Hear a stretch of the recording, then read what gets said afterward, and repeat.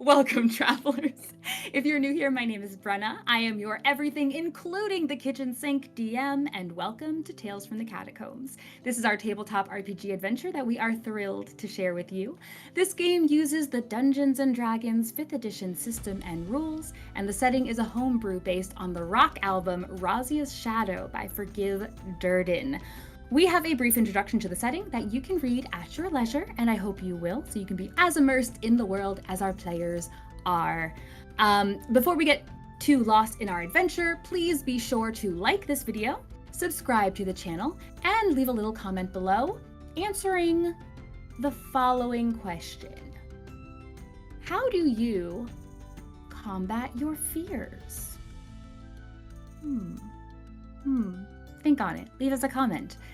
And without further ado, please enjoy this session of Razia's Shadow, a 1,000-year interlude. Let's recap. Session 31. Wow, good for us. Towering Heights. Instead of participating in the opening night revelries, the novices decided to rest in order to attempt the first main event of the Harvest Lamps Festival that began at dawn. In the city, Viola remembered that the arm wrestling contestant she beat earlier, Zader, owed her 30 silver worth of a prize. When she sought him out, he had spent all the day's festival money on strong drink. He promised to find her in the morning with the promised money and buy her what she asked for. That night, Ste'yn had a dream that may not have left her exhausted, but certainly left her wondering. The novices rose before dawn and arrived at the first big event, the Tower of Power. It was a test of endurance, and soon they would learn some clever maneuvering. Viola chose to sit out when she was told she had to sign her real name on the magical entry page. Beau wouldn't be deterred, and made quick use of his magical prowess to get in among the participants. With a great gong sounding, the event began. The participants kept their hands on the metal pole and endured various uncomfortable sensations and quickly began to drop out. Meanwhile, Viola took on the task from Beau to get back the paper with his name scribbled on it in Infernal. Beau was among the first eliminated, but he used his magic to take more participants with him by putting them to sleep. Snow also helped with his bardic charm even after he was eventually eliminated. After 9 hours of enduring, and a few tricks up other contestants' sleeves, Ste'yn came out victorious and made a great show of her win that awed everyone who witnessed her and her wings. The fanfare was too much for Beau, who felt his Damphir hunger raging, and he made a quick escape. On their way out, Ste'yn, Snow, and Viola noticed some festival goers falling faint in a way that reminded them a lot of when Captain Nora had fallen ill. They encouraged them to visit Saker's Keep if they felt worse. Viola, uninterested in spending another night in the graveyard, returned to the novice hut, but she paused in the Wild Pike when she noticed the evening's performer, wearing a notable metal necklace charm, falling faint as well. So, Viola, back at the Wild Pike, you see the performer having finished her set in her beautiful festival attire, her lovely dress, gown, you might say, around this group she was speaking to, suddenly dropping, 2 people beside her, taking her by the elbow, helping to steady her. What would you like to do? Viola's gonna run over and ask if she's okay. And you're able to maneuver your way easily. A crowd is just starting to form around them, just concerned fans. As you get closer, you can already see she's getting back onto her feet. She's laughing a little bit and kind of brushing off the 2 people who were at her elbows. She kind of just fans her face a bit, and you hear her saying, and then you approach and ask if she's all right. You among many. No, I'm fine. Thank you. So sorry about that. I must not have had enough to drink between my sets, or maybe I had too much of the good drink. And there's a little laughter among the group. Are you sure you're okay? I've seen quite a few people fainting today, and more often than not, they've been getting rushed to Saker's Keep. So it probably wouldn't be a terrible idea to go visit Saker's Keep.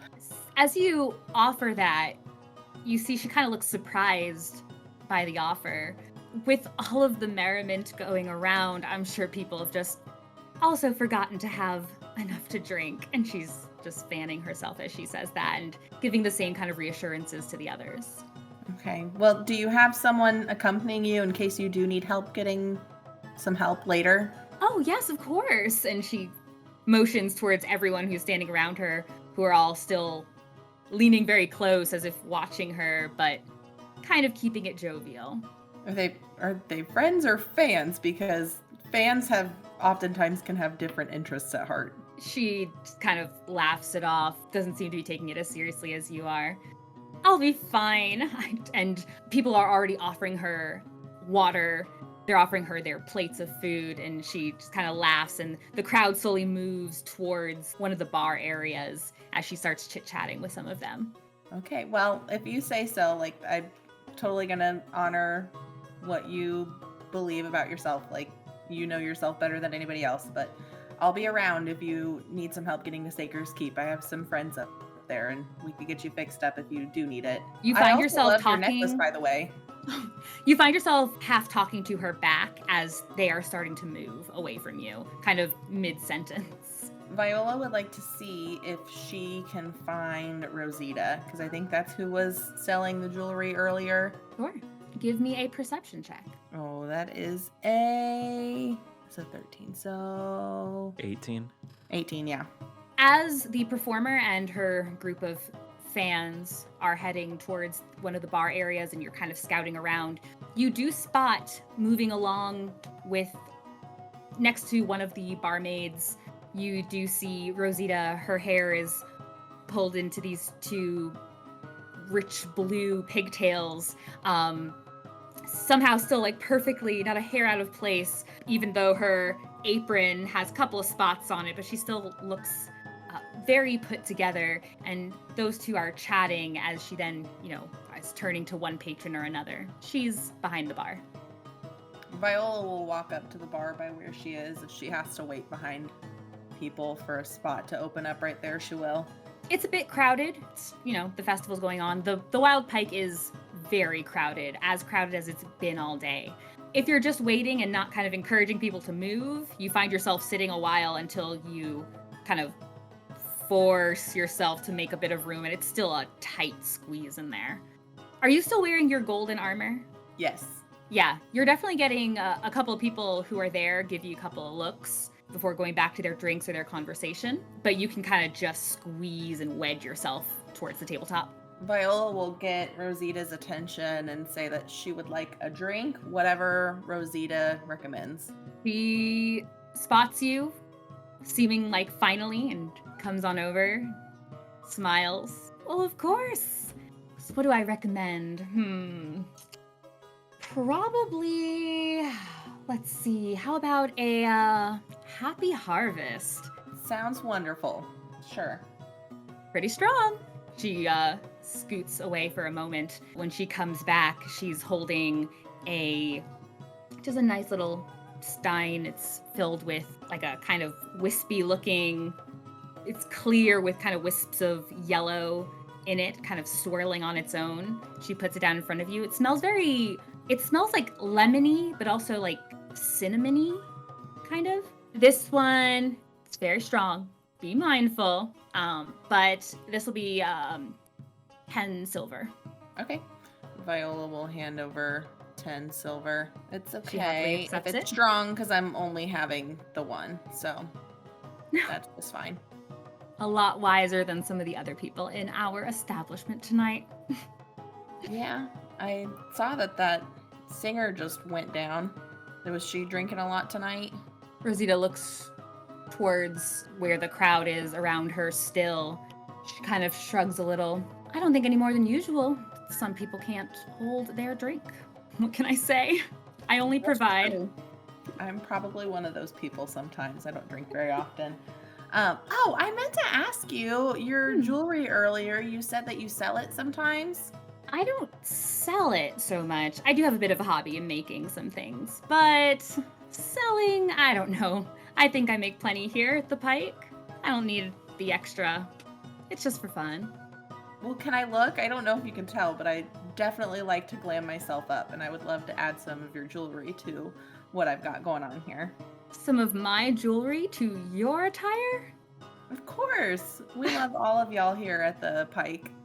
It's pretty simple, and she holds her hands up where some of the rings, they do have, around the band is a little more intricate. It's not just a straight band. On some of them, they're like a woven kind of pattern, but on some of them, you do see the actual pendant or the actual charm on it is fairly simple looking disc of metal with some little bit of pizzazz to it. And she kind of shows off some of her rings, but they're all what you notice. Actually, give me an investigation check. 13. What stands out to you, and probably what she was referring to, is just that all of them look kind of like plain, they're just iron, whereas you are decked out in gold.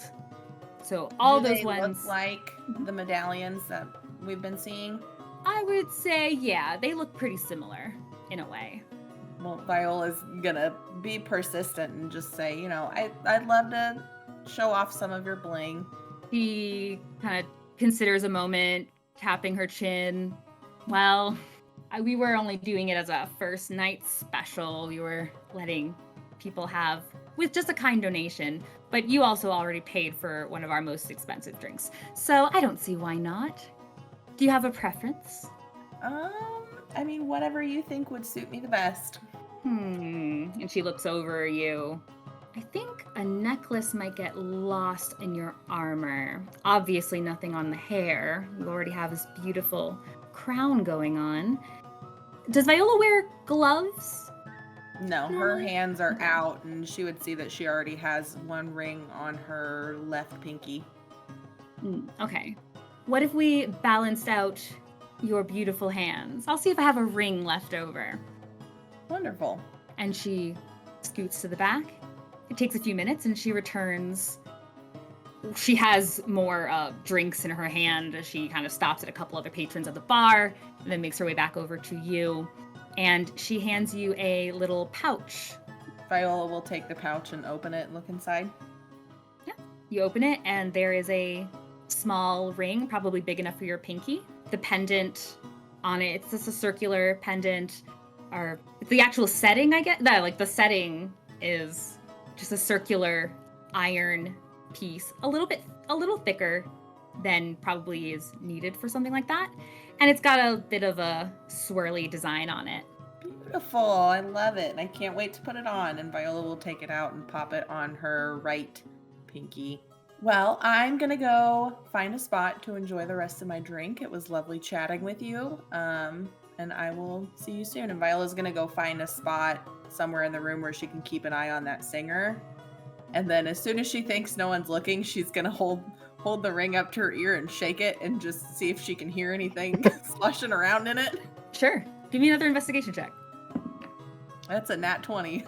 Yeah, you shake it around and you hear nothing. But as you're doing that, some people kind of look in your direction and can she do like a sleight of hand or stealth or something? Because she would be trying to hide it. She doesn't want to look like a weirdo.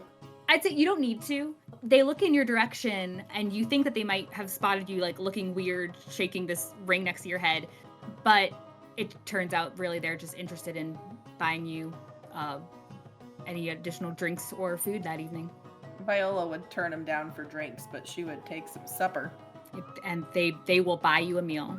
Whatever you'd like. Wonderful. Just seems so charming. For the others, I think Ste'yn and Snow, you guys were making your way back to the graveyard, is that correct? I think we already all met up. Basically, we met up and then there. Viola left eventually. Okay. Yeah, the three of us are already in the graveyard. Mm-hmm. Sounds good. Is there anything else you guys wanted to do this evening? Ste'yn would ask for the chest of money back from Snow that she had given to him to put in the bag of holding. And then when she gets it back, she will ask Beau to take better care of it because he seems to care the most about money out of the whole group. Fair. All right. So wait, how much was that? 300 gold. 300. Okay. I don't care much for coin. I think Snow's of the same mind. So you're probably the best one to hold on to it. Then I think Snow is setting up another fantastic tiny hut, and Beau is up in a tree. Yep. And you guys Doing head to another sleep. of his circle thing. Alarm, that's what it's called. Ah, there you go. It's around the base of the tree? It's around him. So I guess you could say around the... Trying to It think, 'cause says it's a like, it's a 20-foot circle. cube. Yeah. Which would be up and down. And- Okay. I was just curious if he's actually...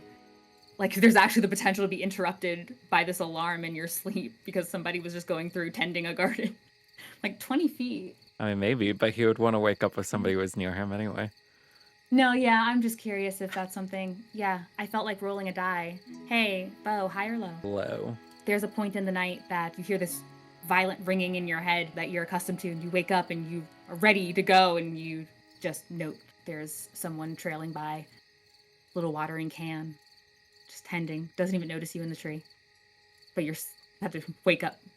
Very jarring. Very frustrating. But you can get back to sleep. Okay. Morning comes. The sun wakes you. Surprisingly resting pretty nicely. You get your long rest. Thank you. There are more festivities afoot. There's also... This one wasn't started... The next main event was not starting at dawn, like the last one was, you know. But it is an event that is actually taking place. You kind of have a slot you'd sign up for if it is one you want to participate in. The second day's event is the Purger Fear Gambit.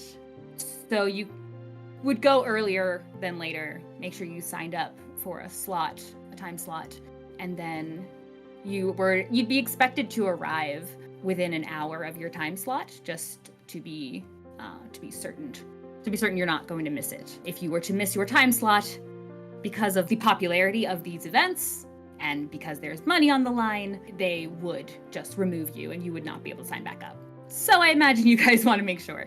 But you'd have time to get yourself some breakfast if you'd like. Viola, first, Snow, can you please roll a d4 for me?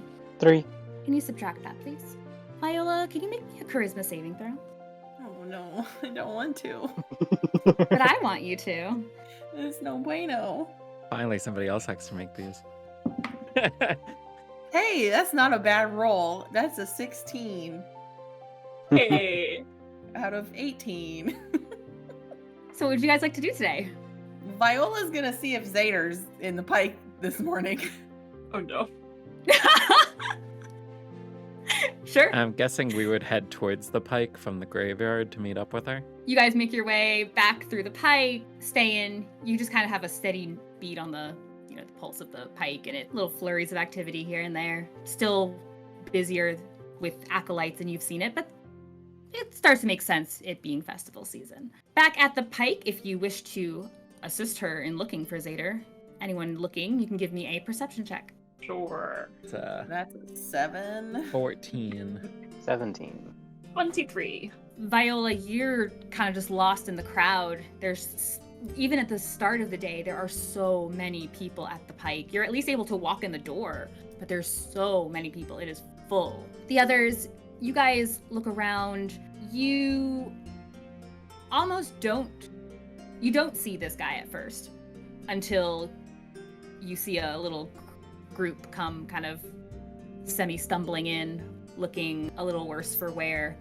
One of whom you recognize as the big tough guy from the day before, Zader, coming in.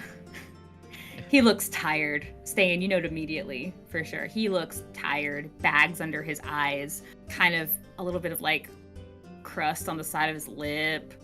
It's not a pretty look in the morning. I have a mirror in his room. You're not even sure he stayed the night in his room. To be perfectly fair. But he, and if you pointed out to Viola, she would recognize them from the night before as well. Some of his buddies. And they kind of plop into a seat along the benches, like the risers along the side.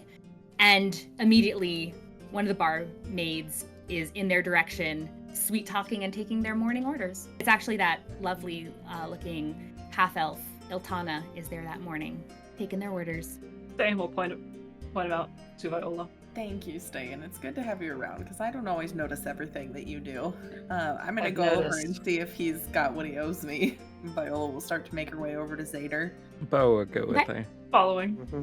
You make your way over, When and she gets there, she'll give him a very cheery "Good morning, Zader. I know I was supposed to meet you here yesterday. Unfortunately, I did not stay the night in my room that night. These guys convinced me to have a little slumber party somewhere else, but I'm here this morning, so." and he's kind of wincing at the sound of your very cheery voice. He looks up at you. Morning. Whew. Good festival so far. You enjoying it? I'd Scratching be his head. enjoying it more if you would keep the bets that you're making and losing. Right. I need to give you some money. And he starts slapping at his pockets again. He's looking around. You will not believe this. I'm sure I Um, won't. So, look, we did a fair bit of gambling. And, look, I owe you something. And if we meet at the time you said you were gonna meet, I can get that thing you wanted to get. Can Beau do an insight check on what he's saying? Yes, he While can. that's happening, Viola wants to look him over to see if he's got anything on him that would be worth some amount of money, even if it's not all the way to 30 silver. Beau's insight check was a 9. Well, while you're at it, will you please roll a Constitution saving throw as well? Alright, well that one's worse. That's a 5. Okay, I'll get to you in a moment. Viola, can you please give me an investigation check? That's a nat 20. Cool. What you got, Zader? He's half pleading with you and half kind of hopeful you'll just let this drop and let him sit and have his breakfast. He has a belt loop that is mostly covered by like a very festive jacket type of thing, but as he moves about trying to talk to you, you see there's some pouches that are on there among what he was slapping around his waist. You don't know what's in it, but whatever it is, it's not empty. Viola will point at them, even if she has to like lift up his vest and point at them. What's in those? Getting a bit handsy. I'm sitting here like, where is she pointing? Viola. As you like kind of have to grab hold of him to make him like stop moving about or to stop you from stopping him, and he looks down. It's just a family heirloom things. It's look, I promised you 30 silver, and you'll get that, okay? Just if you meet where Need we're a supposed little to bit meet. of compensation right now to keep you to your word, because this is the third time now that you've told me you would do something that you have yet to do. To be fair, you weren't where you said you were supposed to be. To be fair, the first time I asked you, when you should have had it the first time, you didn't have it. So At the end of a festival day, lady, come on. don't make bets you can't keep.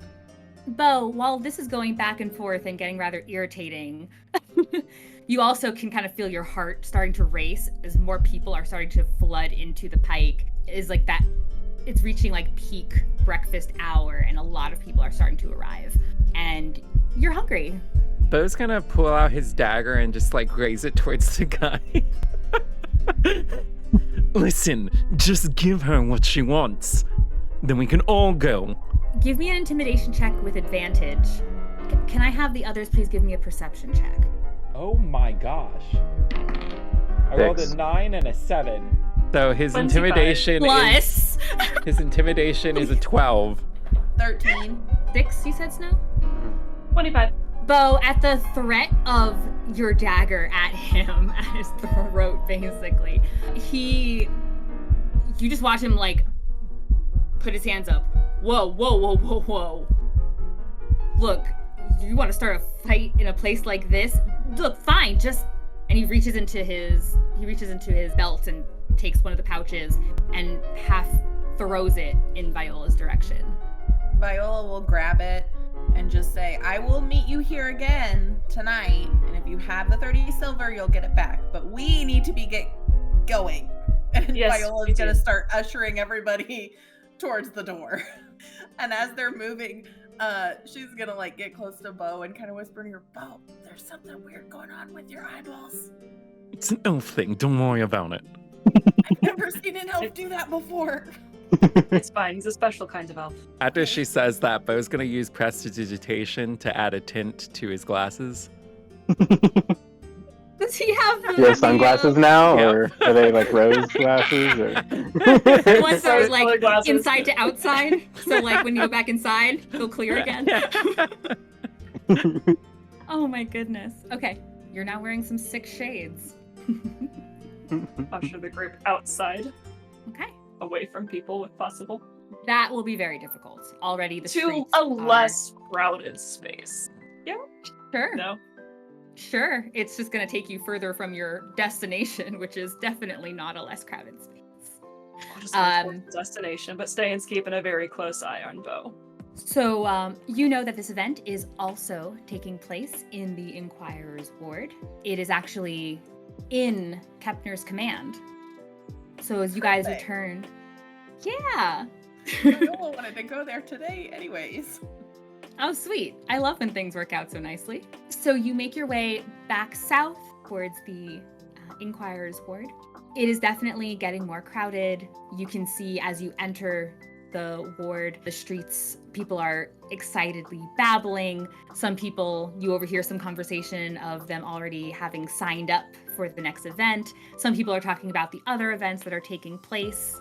You reach Kepner's command, and there's a lot of people loitering outside, kind of half blocking the doors, but you're able to make your way up and through the massive bodies, even in that kind of getting towards mid-morning hours. It's getting warmer as it is late summer, but you make your way inside. You see there's signage that's leading in a direction that is familiar to you, Viola, heading in and downwards towards those training rooms. So you have some familiarity with that area. And as you're approaching the stairs, you can see there's definitely a line of people, and there are a couple more like little tables set up where people are signing in. And Can someone else go first and let me know if I have to put my actual name down or not? I will. On the upside, you already know what your fear is. Writing your name. Okay, mister. I mean, he's not wrong. it takes a few minutes of waiting. By a few, I mean you're probably hanging out for about 10 minutes of just kind of lines meandering, some discussion up front. You do see your good friend, Beau, Inger Locke, at one of the tables signing people up. As you approach, there's his table to sign up. There is a festively dressed Aarakocra, his table where people are signing up and, taking certain time slots. One is for late morning, early afternoon. One is for kind of later afternoon, evening slots. But there's like general rules that are kind of listed, including it's a type of time trial. It's another kind of endurance. Like if the person who after the trials are completed, or the trials completed, everyone's had a chance who signed up. If you lasted longest, then you win. You also see that people are signing up individually. You also see people signing up in groups. You see people signing, you don't see people necessarily faking their names. Although you do see some people who seem to put Nicknames? Something like a nickname down. But there's like at least initials or something like that. When you say we see people signing up in groups, do you mean people are signing up as a group, as like to do the trial together? Or as in there are Correct. multiple groups going up to individually sign up first? There's people who are signing up that all their names are on a line. Like they're entering together. Do we want to do that? Yeah, Teamwork? I'm down to do it as a group if we want to do it as a group. Ste'yn's looking right at Beau. Sure. Don't seem very convinced. And if we have to face our fears, we might as well face them together. Snow. I already signed up. If you wanna just put your names down instead of talking about it. And if you look, you see that he didn't actually put his name. He instead drew a snowflake. That's him. And it's noted. They will follow suit and put a skull next to his snowflake. So macabre. Viola will draw a little sword with a crown around it. Like she'll try to imitate her crown. Beau's just putting his name. He has a feeling drawing a picture. Oh, you're so boring. Whose table did you go up to? Whichever one was for the Whatever's soonest time closest. slots, I think. Like, not waiting till late in the day, but going for whichever table is doing earlier signups. I'm guessing Inger, considering you mentioned his name. Why not? They're marked in like 20-minute intervals. And the earliest you guys can probably get would be, I'd say probably about an hour from now anyway. So you have to stick around, as it were. But you're able to sign up. You get a small sneer from Ingerlock. He doesn't say anything to you as you sign up and shoos you on your way until you're called. He hands you, it looks like a little wooden badge, almost like a wooden shield, just brooch-sized. Hands it. It's like, he does say, if you enter as a group, you split prize as a group. I thought Not it was that you're going. gonna win, but I thought it was gonna sign it. Pass us papers that we have to sign saying that if we die, we can't. They're not legally responsible. Oh, You thank you can't for sue reminding the me. guardianship. Yes, there's also a waiver you have to sign. That's actually real. I wrote that in my notes. Oh, really? There's a waiver. Yes. In fact, I have it in How my long notes. are the waiver. terms and conditions? It You drop the mentions, scroll, just goes and goes and goes. just keeps going. It mentions that there's no physical harm that will befall anyone due to any of the actions by the event coordinators. However, mental response can appear to be physical response, and they are not responsible for blah blah blah damages and etc. to property and self and all that good stuff. You can't sue them. They're not responsible once you enter that room. Oh, you can always sue. It's a matter if it goes through or not. It won't. That's what I they always signed say. Without reading it. Ste'yn suddenly wants to reinvent highlighters again. But then she remembers she's not supposed to be focusing on the rules as much. She gets like halfway through reading it and then it's like, oh wait, and then just jumps to the end and puts her name. You are also allowed to bring in to the room anything that you would like to bring in. You can bring in your weapons, you can bring in your items, potions, blah, blah, blah, whatever it is. You are reminded that it is a challenge, it is a fear challenge.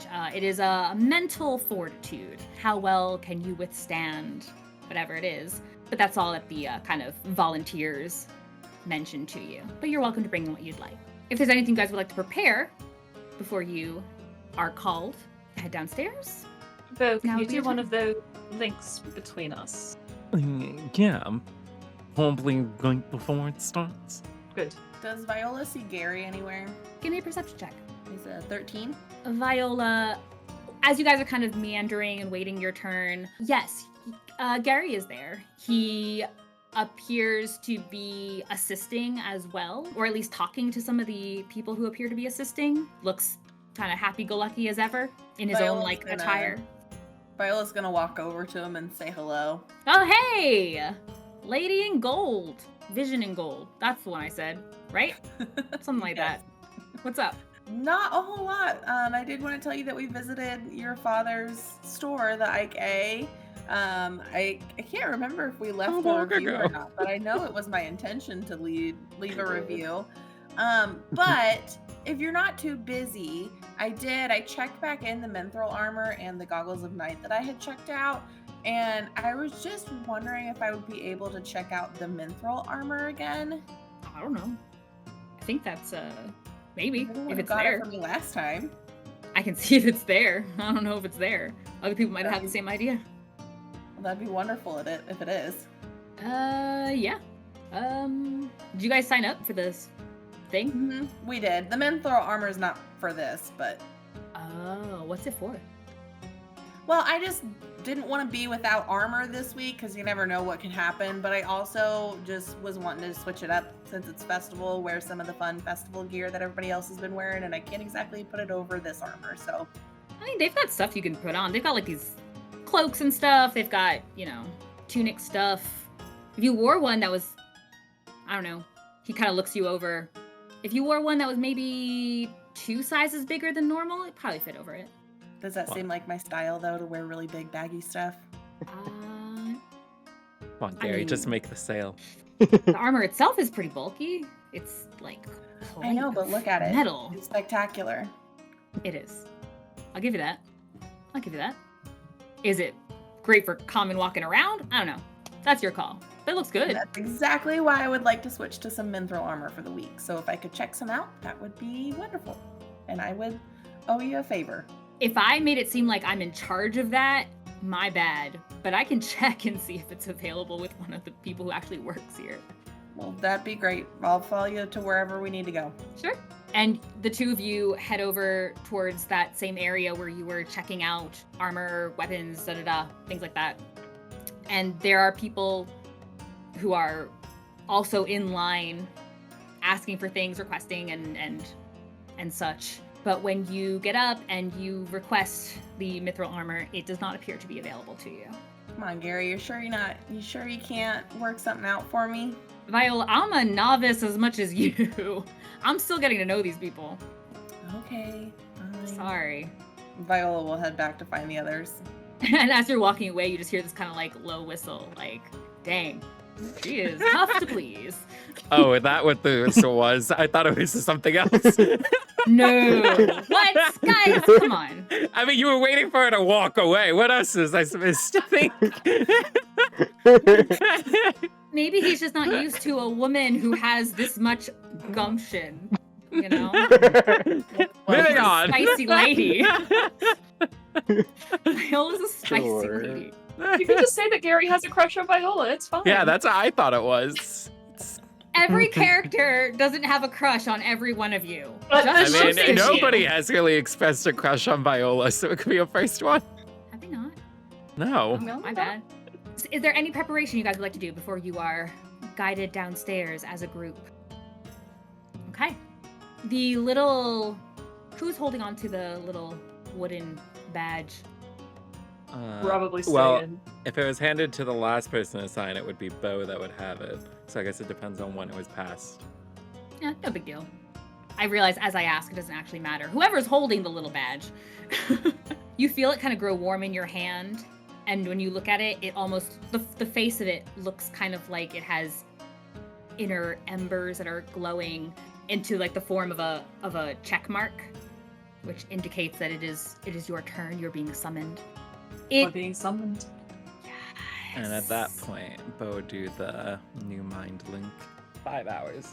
Is there any sort of record that's listed so far as we walk up for our turn? Like, are they saying what's the record to beat? They got a leaderboard?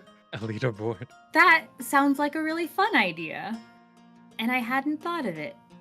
I'll be honest. I think that's cool.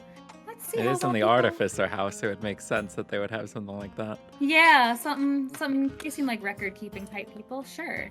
Let's say you see the top 3 times, all of which are currently below 6 seconds? 3 minutes. Dang. Oh, wow. The top That's times a lot of rounds. below 3 minutes. Yeah, that's 30 rounds if we break it off like that. Was there anything in the rules about using magic or items or not using that kind of stuff? Nope. You are Wonderful. welcome to use. And as you guys are sent downstairs, and there are a few other people you see going down that kind of same time slot as you, mainly individuals, but you're brought downstairs to the training hallway, and you remember, Viola, that there are a few doors, each one leading into a different room. I think there was 4 doors. And when you get downstairs, you see 2 people standing kind of in the center of the hallway between all 4 of those rooms. So 2 behind, 2 in front of them. And they gesture to this small group of people to stop and pay attention to them. You see 2 males. One is a human, and one is an elf. You immediately note he has stark pointed ears, kind of has like wispy, kind of platinumish hair. with some kind of dark streaks through it. The man sitting next to him has dusty brown hair, still cut quite short. And they're in what appears to be very militaristic looking garb. For anyone who pays attention much, you would recognize, Viola for sure, you would recognize that they are in the garb of purgers. And they're standing in front of you, hands behind their backs, tall, shoulders back, and simply kind of addressing with their eyes as they take in the group. The elf doesn't speak, it's the human who speaks, as he begins to explain the rules to you. As you've already chosen, you can enter as a team or as an individual. If you enter as a team and you win any type of reward, it is split among you. This is a show of skill. It will be a combat skill against an enemy. You will not take physical damage. It will feel physical. You've already signed your waiver. This is your last opportunity if you choose not to enter. On that, Beau's gonna cast Mage Armor. He continues, even in a group, the experience of fear will be unique and as private as you allow it to be. And most importantly, if at any point you cannot continue inside the room, you will say, "I cannot continue." The door will open, you will immediately exit, and your time inside will be marked. Is that clear? Looks around for recognition. If one person from a team chooses to not continue, does the whole team fail at that moment, or is it by individual? It is as a team. If you enter as a team, you fight as a team, you succeed or you fail as a team. Has anyone changed their minds? Excellent. He begins calling out from the sheet, or from a sheet, and you see people stepping to various doors, as if it were by order of elimination. The four of you are the last ones, and he just says, Snow, Hello. Skull, Sword, and Beau. And he indicates to the door that you should approach. He wishes you all good luck. And this entire time, the elf has not spoken, but it's just watched each individual that has walked towards the door. When you're ready to begin, open the door and step inside. And it is up to you, as the four of you stand in front of your door. Whisper, say to the group that I can help us for a few minutes deal with some fear. Just let it take effect. Sounds like a plan. Let's get her going. Snow will give Bardic Inspiration to Viola, and then once we actually go in, he will also use his counter charm, which gives advantage on saving throws against being frightened or charmed. As soon as they step inside, let's see. Ste'yn's gonna wait for any sort of effect or fear to actually start taking place before she's going to cast Calm Emotions on the group. And what is the wording on calm emotions? You attempt to suppress strong emotions in a group of people. Each humanoid in a 20-foot radius sphere, centered on a point you chose within range, must make a charisma saving throw. A creature can choose to fail this saving throw. If the creature fails the saving throw, they choose one of two effects. 1. You can suppress any effect causing a target to be charmed or frightened. When the spell ends, the suppressed effect resumes, provided the duration hasn't expired in the meantime. Alternatively, can make the target indifferent about creatures of your choice that it's hostile towards. But Snow is still doing counter charm too, right? No. If needed. Well, Beau can't be affected by that. Beau's a special being. Can't be affected by calm emotions. No, because it's humanoid based. Okay. Fails and monstrosities. You can still be affected by counter charm because it's just Okay, for cool. creatures. All right.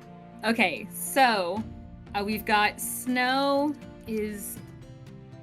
casting counter charm. Well, he's just Not casting, activating but it. yeah. It's not a spell.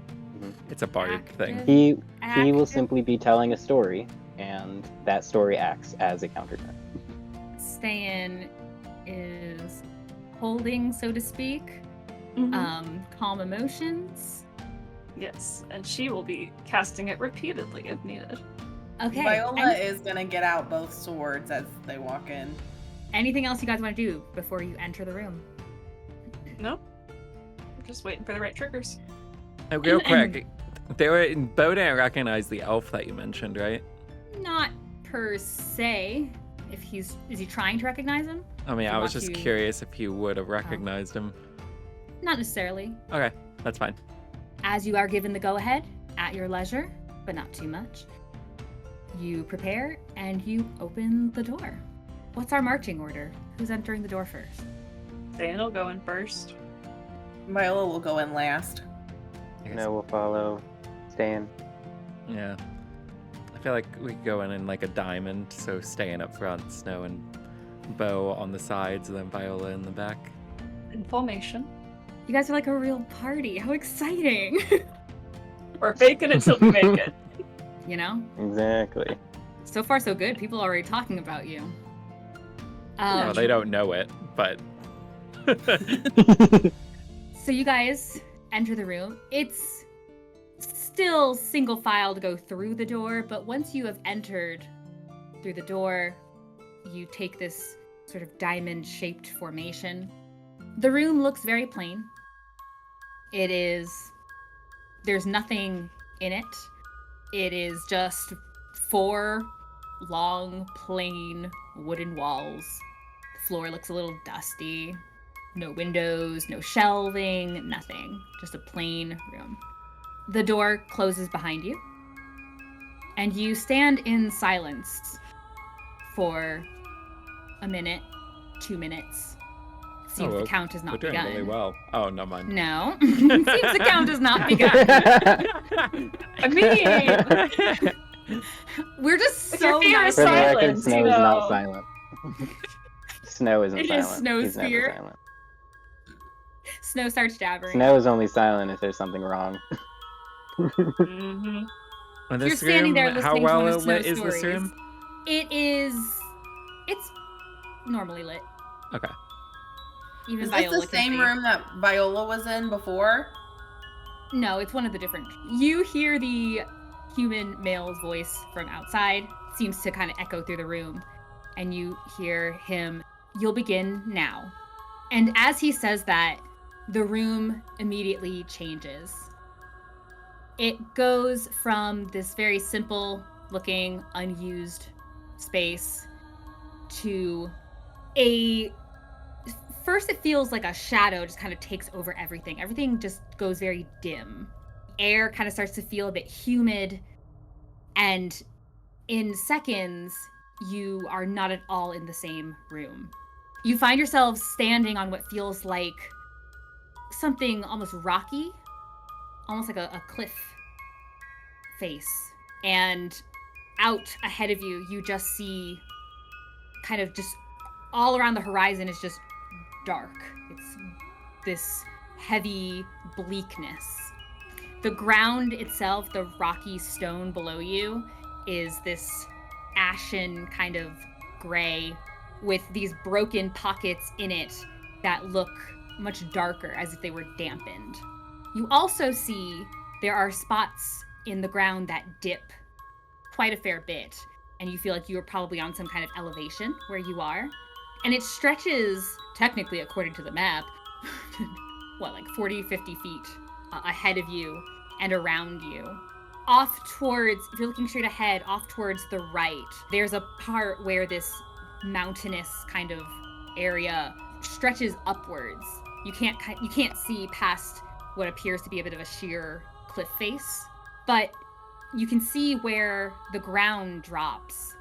It like sinks solid another maybe 30, 40 feet down. You can hear kind of a gurgling, bubbling of something that is below you.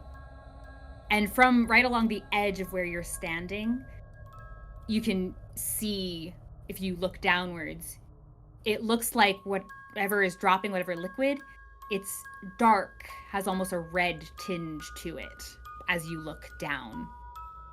You can also see that there are swaths of sections of this kind of mountainous area that appear to be covered in what look like bone. Just these areas of dead, just these bones on the ground, dirty and dusty.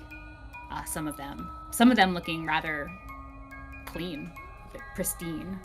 So where you're standing in this space, you can see this dusty ground, rocky. You can see where the bones are. There's a bit of a stone bridge that covers an otherwise this little chasm, and you can still hear that gurgling, bubbling sound coming up from it. And before you guys have much time to think beyond your initial plan, you kind of feel the ground tremor a bit, and you can see something rising up over this ledge ahead and to the right of you. First, all you see are these two, what appear to be these curving almost spires. And then as it rises higher, you see it's attached to this elongated, dark, ashen gray face. Its eyes are like sunken further into its face. The skin looks like it's pulled taut over this reaching out jaw. As it rises higher, and you see an arm come up around and kind of lift itself up and over. You can see a like sinewy, dark arm, and that ends in a claw, pulling it up, stepping over this ridge. You see this dark, misty creature, glowing eyes appearing before you. I need you all to make believe that would be a wisdom? There's a proper fear check. What is it again? Well, I mean, it's a fear check. I think Wisdom. Ste'yn's thing's already off, isn't it? It would Ste'yn's thing will activate. suppress an effect once it's in play, so she's waiting for an effect to be in play. If that We do makes have sense. advantage on it from snow. Mhm. Yeah. Yeah. So you have to make this roll, then Ste'yn's thing can go into effect, if that makes sense. All right, and it's a wisdom. Mhm. Wisdom save it is. Viola Right. got a dirty 20. Ooh. Beau got an 18. 23 Okay. would have been a nat 1 otherwise. Okay. 18. Ste'yn, you watch this thing rise up, and you grip yourself. You kind of steel yourself in front of its presence. That you just feel this rush of this dark gloom just kind of try and grab at your just very bones. The others, you feel that. You feel it cling to your heart as this thing rises up in front of you. Feel your skin getting clammy, your hands shaking as it seems to meet all of your eyes at once. Unless otherwise affected by something you're doing, you will have disadvantage on any actions you take while you are in here. Ste'yn will, as soon as she can, she will cast Calm Emotion to suppress a frightened effect. Let's have you guys roll initiative for me. Before or after she gets So it all off. of us except for Ste'yn have the frightened condition.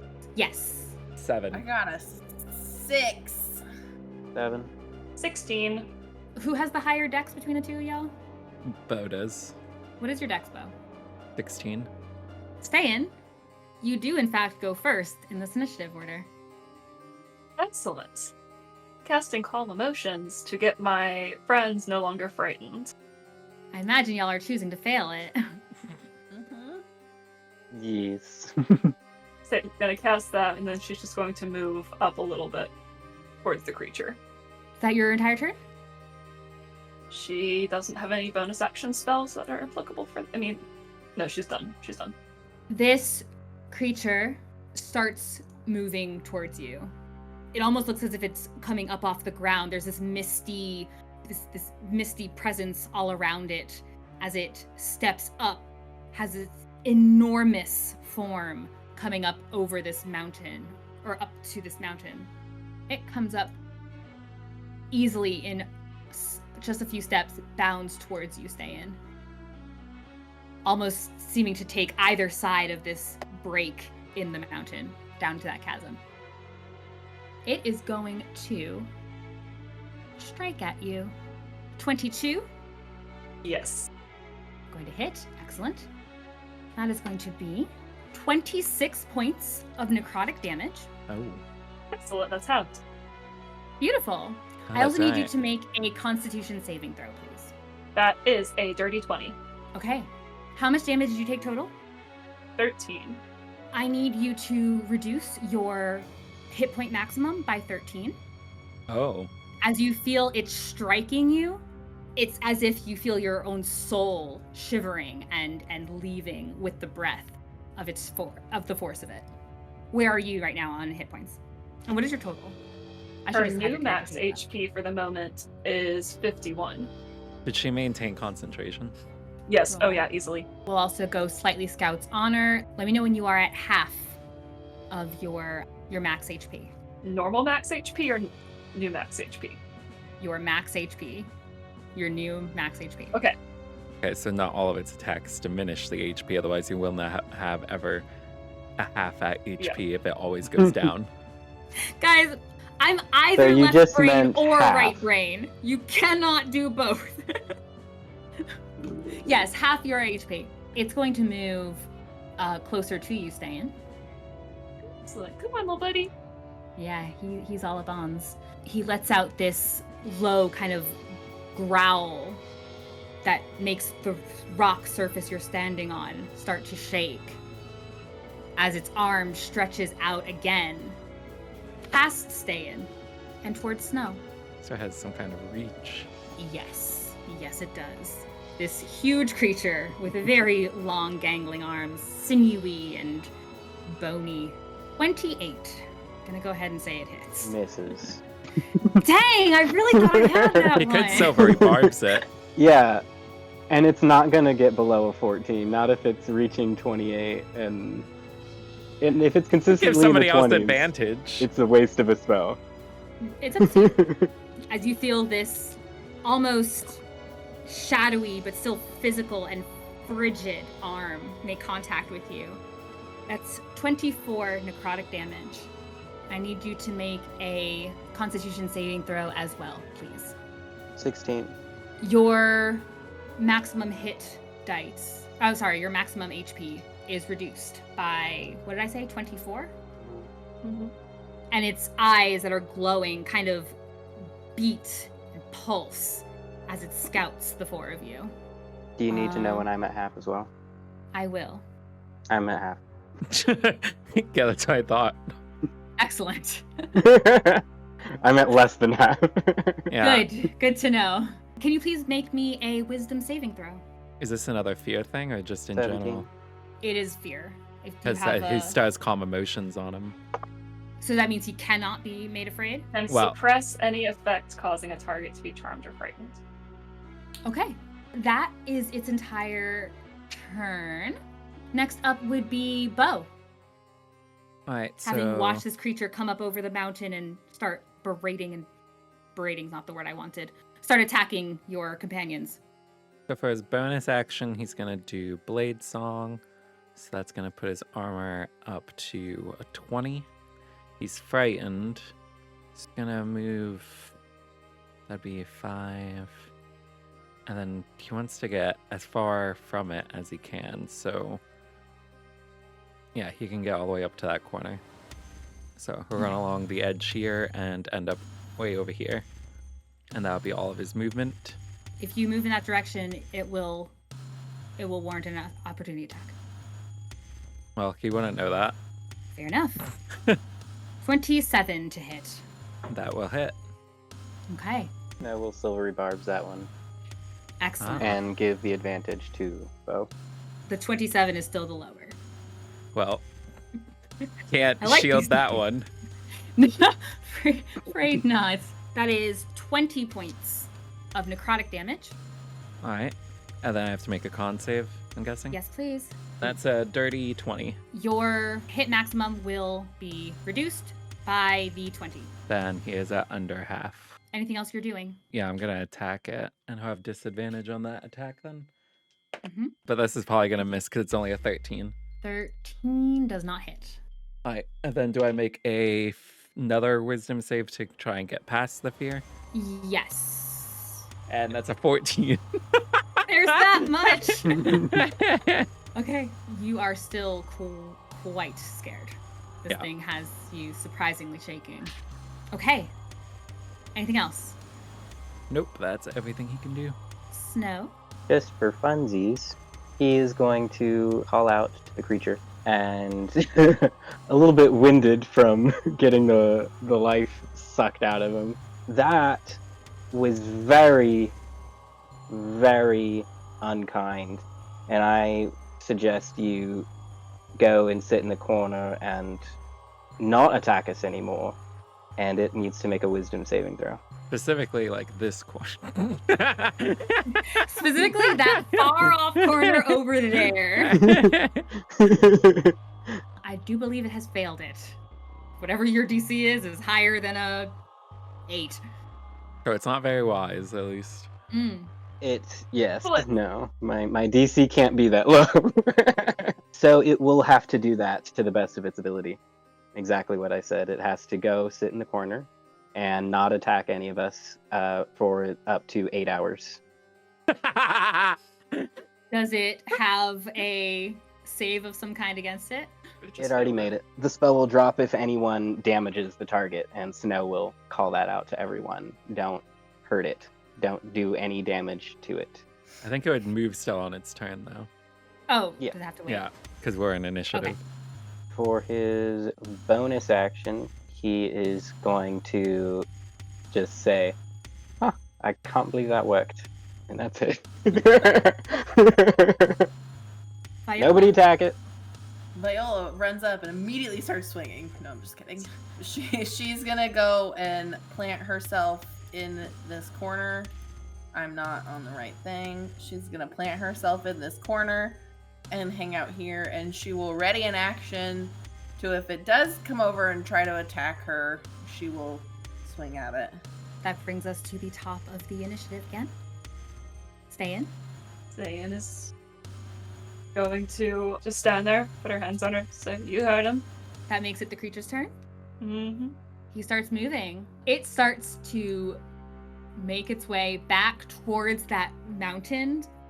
You watch it kind of climb up and climb over, go back on the other side, just kind of slowly duck itself down to what you imagine is a corner somewhere. Oh, it just goes off. I also need anyone who has reached half. So, Snow and Beau. I need you to please make another wisdom saving throw.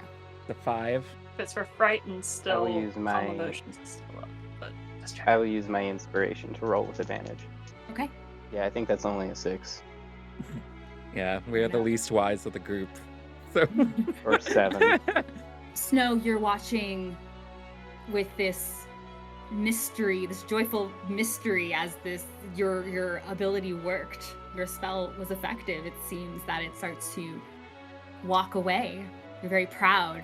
So you're watching it go, and every step it takes, the ground kind of shakes a bit and kind of throws you a little off guard, and you blink one moment, you're in the room, you blink again, and you're somewhere else entirely. Or so you believe to be. And what is in front of you causes your entire body to go cold. Where are you? What are you looking at? He is in a small village that is completely on fire. He is surrounded by the burnt corpses of children, but if you look closely at the bodies, you'll see that a few of them are not children. There's also an elf with bright orange hair. There is a human in golden armor, and there's an Asmar wearing a crown of black roses. And there's also an individual that looks exactly like Snow, but with short golden hair. And they also number among the dead. Snow remains untouched in the middle of all of it. And where you're standing, you can feel everything as if you are standing right there. The flames, the heat coming off of it. You still hear echoing screams all around you. Beau, surprisingly, you're watching this creature that was so aggressively attacking this group. You watch it turn around, start walking away, and you as well, as it's going, you're catching your breath, closing your eyes a moment, open them, and you are elsewhere. At least in your own mind, you are. And your body goes almost numb. Where are you? What's in front of you? I think at the very least it will start out with him being, I don't know, I guess pretty much anywhere they have been so far. So maybe just in the woods. So he's out in the woods. It's nighttime, so it's dark. He's, I don't know if we're allowed to be moving around in this hallucination, but in theory he'd be looking around, moving around, and he trips. And when he looks down, he sees snow covered in blood lying on the ground, and then he sees Viola lying in blood on the ground as well, and he has blood all over his hands and on his mouth, and then he just sees Ste'yn looking at him in a very angry stance. Beau, I need you to roll me a wisdom saving throw with disadvantage.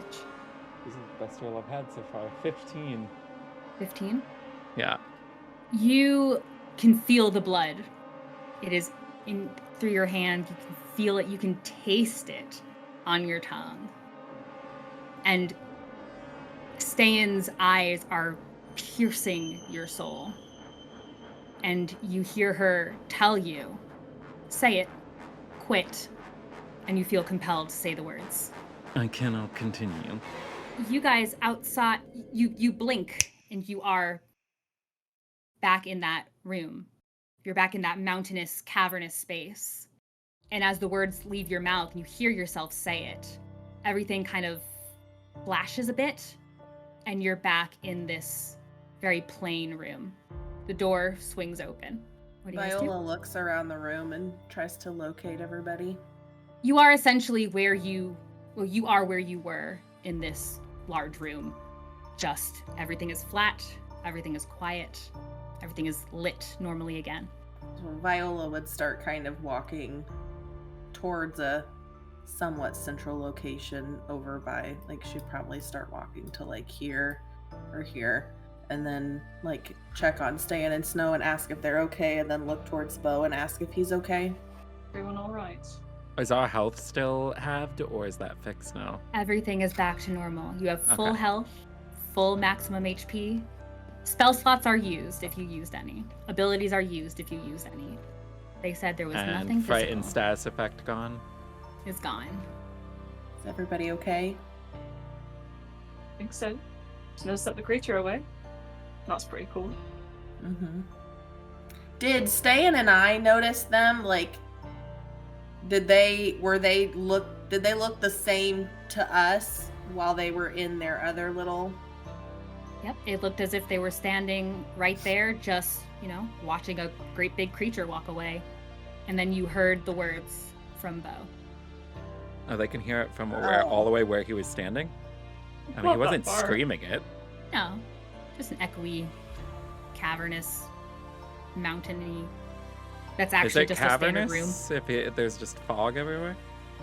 I'm just It was like confused on those how they would all hear it. Deep dips, magic in a room, No, it's not like Beau was like shouting it or anything. But it is acknowledged to all participants. Not what you saw, just Yeah. when the words are spoken. Well, It's as it private seems as our you want it to be. time is up, so I guess we should get going. Probably. Beau, are you alright? I'm fine. Snow, what about you? Are you sure about that? Yes. Snow? Viola does walk over I'm to fine. Snow to check on him. Okay, well, you're rather chatty, so. Well, I was just confused why it ended. I think that's sometimes fears get the better of us even when we don't realize it. I don't think Although, to be That's some honest, cool I magic, didn't think that big smoky guy was really all that scary. No, compared to all the stuff we've seen and done, I was expecting a lot more from this. Yeah, those nightmare chickens were way worse than this. Yes. Certainly grosser. Much grosser. Well, let's go see how we did for time. Viola will start walking towards the door. Are you guys following suit? Yeah. Mhm. And as you get outside, you actually already see you're the only ones who step out. You just catch the tail end of a couple of people heading upstairs, and then the two purgers standing in the middle of the hall. And they look towards you, kind of nod, and then nod towards the stairs whenever you're ready. Thank you for participating. Those guys. How'd we do? Are you allowed to tell us what was our time? The elf is in the middle of jotting down on a piece of parchment, and he says 8 seconds. Well, we're definitely not in first place, but looks like those guys left before us, so we're not in last. Yay. Indeed. Better luck next time. And this is the first time you've heard the elf speak. Is it really luck to conquer fears? It is not. It is training. Then why wish us luck for next time if luck is not a thing that's at play? Do we get to try again? And he ignores your question, Ste'yn, and looks over at Snow. No. What if we did it solo? So there's no luck or next time. No. Lame. Fair point. What did you say, Beau? He said, what if they did it solo? The human answers now. Once you've gone into the arena, once you've gone into the room, that is all you get. It is your choice how you choose to handle an encounter. Have you done it? I have. How long did you last? On your first time? The very first time, approximately 20 seconds. I don't think you should Inside feel check. bad. Sure, go for it. You know we're checking that. Do it. Oh, that's really good.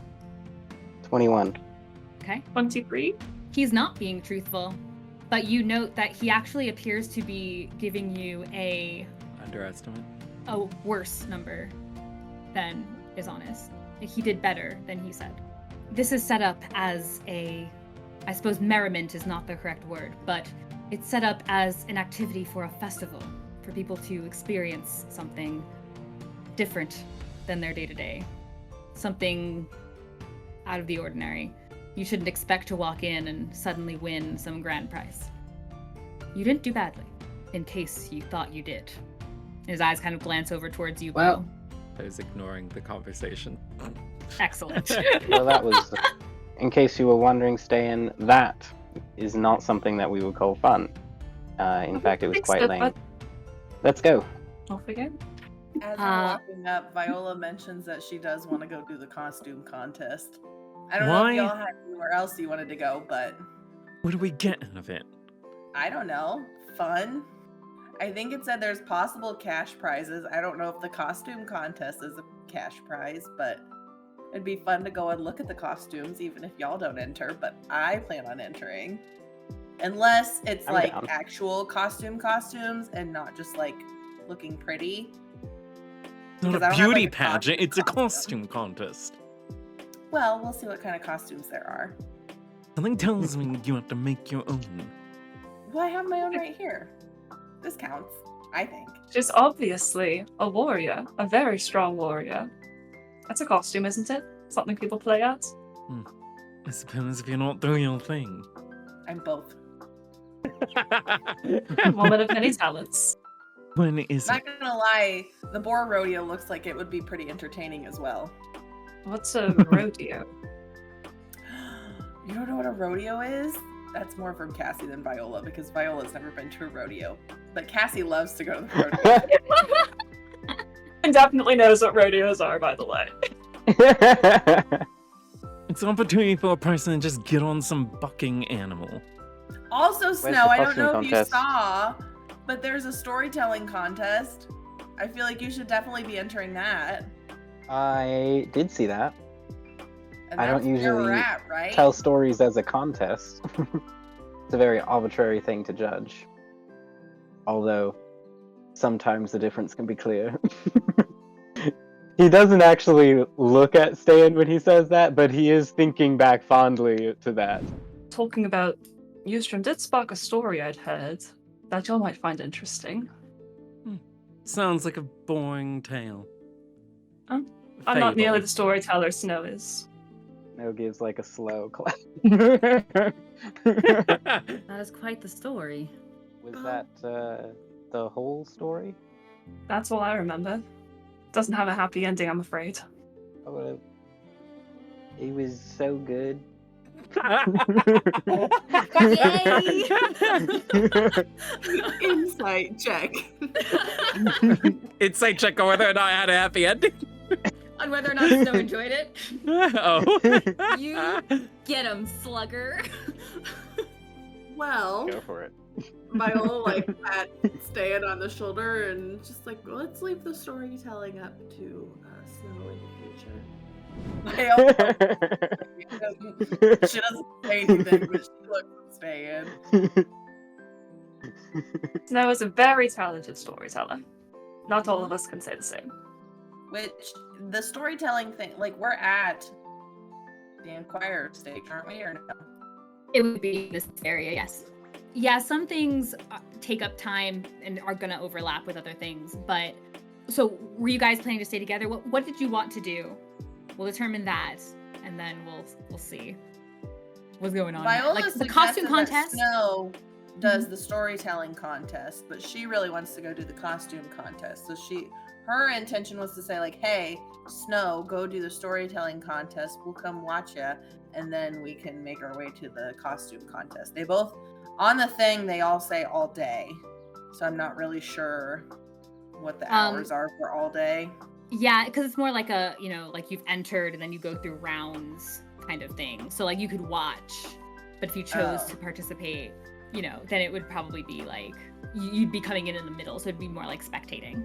The costume contest though probably has a walk-in, not to be judged, but like how at conventions you can walk in with a costume and just walk the stage. You're not being judged for the competition, but you can show yourself off. We should just do the costume contest then. Okay, let's go. Don't gotta tell Viola twice.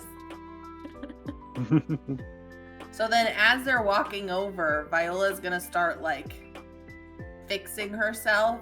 And that's when she's gonna see and remember the ring on her pinky finger and take it off and be like, "Oh hey, I got this from Rosita." And then she's gonna hand it to Snow and be like, "I think it might be one of our little I don't know, the things filled with blood." I tried to shake it and listen, but I didn't hear anything. How about you keep that voice down a little bit? Oh yeah. Sorry. Just declare it to everyone at the festival. No, rings full of blood. You're being absurd. And in a lower tone voice. Hopefully it's full What of I blood. meant was, I said hopefully it's full of blood. Otherwise that disgusting looking ring is all around worthless. Rude. Ring. It's a little different than your Rosita usual said style. she made it, so just That checks out. if it is a bad thing. Well, let's find out. And Snow will cast Identify on it. Ritually or just outright? Mm-hmm. Okay. While we're walking. I'm talking. you start to cast Identify on it, and immediately you notice that it is resistant to the magic. You are not able to identify it. Well, that's more concerning, honestly. Alright, well, let's go so I and can't see identify her. this. Is there another way we can figure out if it's one of the same kind or not? Why don't Yeah, we we just could try to go break to the it. person that made it? No, I want to go to the costume Do contest. all of the above. I can also, just look at it a bit. Can I make an Arcana check to see if there's discern if there are any runes that are inscribed onto it, some sort of base of an enchantment on this item that he can see? You can do an Arcana check. It won't tell you what magic is on it per se, but because you'd need Right. detect magic for that. But you can see if there's something indicative, something that pings that Yeah. Arcana intelligence. Yeah, that wasn't very good. It's only a 13. While he does that, Okay. Beau will start ritually casting Detect Magic. So you're looking over this thing, and overall, it does not give you any kind of like nothing in the imagery, nothing in like the design on it tells you Arcana. What does ping some kind of thought here is you note that it shimmers in a kind of way in the light. It has this really kind of it's a delicate little shimmer about it, almost like glitter, almost like crushed diamond, and that sits with you for a minute as you're inspecting this ring. Beau, you're casting or you're ritually casting? Ritually casting. He doesn't have it prepared as like a daily spell. It's just in his spell book.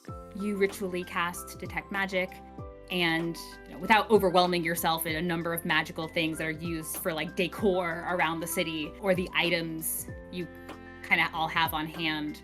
If you're looking specifically at... Yeah, I'll ask Snow to pass it to him while he does it. I'm just going to go with what comes to mind because this is what comes to mind. So you cast Detect Magic.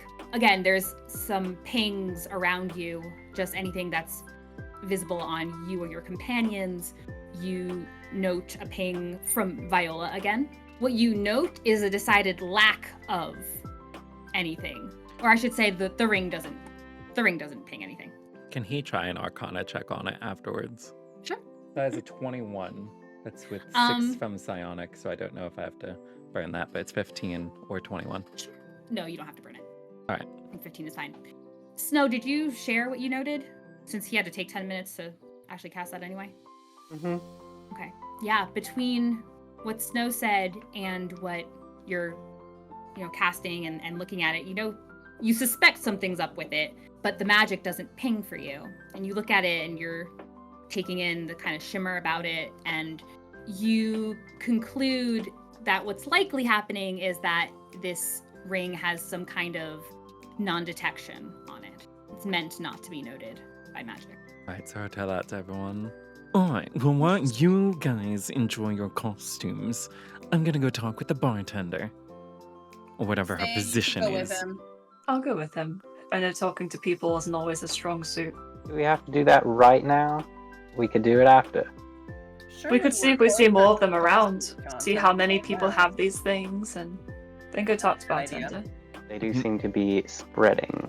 Well, Be afraid of a costume contest, though. Do you guys know what it did before? Because I can put it back on and tell you what it does if something happens. It's gonna make you lose your memory. Well, I haven't lost any memory Most yet. likely. I mean, if you want to enjoy the experience for yourself, I can tell you it's not the most fun thing to have portions of your life that you just can't recall. Viola will hold out her hand and she's like, I can put it back on. But Experimenting, right? I don't know if that's needed. Beau would just toss it to her. Viola will catch it and put it back on her pinky. Well, I have no interest in a costume party. It'll be like not even very long. I don't want to say a time because I don't know. But it won't be long. If it's We're all probably day, why don't we already go to it almost there. after? I just want to check it out and then we can go to the Pike. Which is closer from where we are currently. Especially considering we've already been walking towards the costume contest for a while. For at least 20 minutes. I was gonna For say. at least 20 minutes. A quick backtrack before you leave Kepner's command. Can you all give me a perception check real quick? That's a 10. nat 20. That is a 9. That is a 15. Play that third. I did better than Ste'yn! What'd you roll, a 2? Close to it. I was not ready to hear revel that. in this moment for a minute. Viola, as you guys are heading out and you're chit-chatting and you're talking about whatever, you do spot... Sorry, Ste'yn, you rolled a 13? 15. 15. Okay. Both of the ladies, you both spot a few more familiar faces as you are heading out the door. You can see Winna is eagerly awaiting. You see her holding one of the little badges, like she's ready to go in. And you do see sitting beside her while she's up kind of eagerly chatting with folks. You can sort of make her out because you guys are tall and she is rather little. But sitting on the ground beside her is Cynthia. Her nose deep in a book again. Doesn't seem to be taking in what's going on around her. She's just sitting there as if accompanying her friend who wants to participate in this event. Viola, you note very specifically that her face is deep in this book It's the same book she was that she had borrowed from Master Lou Wells, and you kind of see her looking very tired still. Like, she's kind of rubbing her eyes every now and then going back through the pages. And maybe it's just the light, but you also have a strong suspicion that she also kind of looks a little bit pale. Does Viola notice the, like, medallion or anything on her? From this distance, as you guys are walking away, you don't spot anything specifically like that. And then it seems like they are kind of ushered along before you have a chance to kind of say anything. Viola would she notice that Ste'yn also noticed? What's between the two of you? Maybe? Viola would just, like, make a note of that to Ste'yn and say, I'm gonna see if I can check up with her this evening back in the barracks. Yeah, she's been looking tired for a few days now, hasn't she? And she's been reading that book for a few days now. Did Viola note, is she going to bed at night? Because they slept in the same room last night. She appears to be going to bed. And she was in bed before Viola was? Viola would have been up pretty late because she stayed up until that performer left. Then yeah, she's probably asleep before you. Was she there when I woke up? Sometimes not. Well, last night. Like, did she get up really early? Specifically last this night? Morning. This morning. Because Viola wasn't in there the night before. And I think the night before that was when they did nails and stuff. Or no, because that was before the whole setting up stuff happened. Yeah. So, as of this morning, because you woke up at a pretty standard time. She was probably getting up or coming back from the lavatories or whatever it is. But she was up, maybe moving a little slowly, but up and about. Then Viola would note to Ste'yn that, she hasn't been staying up abnormally late or waking up any earlier than Viola has. So that wouldn't necessarily be a reason for the tired. Perhaps it's just too much time with her nose and a book. Never cared much for studying myself. Yeah, you want to read that rule book so bad. I like to know what's expected of me. Do you, though, anymore? I may have been a little overconfident. Trying to have fun. Great, that's wonderful. Love that for you. That's exactly what I want for you. We're so proud of you. Don't know what to say to that. For some moments in life, there are no words. Unless you're me, in which case there are always words. Are there though? Unless his mouth is taped shut. Or glued shut. I don't know if tape exists. Duct tape. It does now. We have artificers. They sell it at Walmart. They do! But I did want to mention that you did spot that on your way out. And then just to bring us back to where we were. So you guys are headed... Well, where which again? one was closer was the We question. started walking right. 20 minutes in the direction of the costume contest. The merchant stage would be further.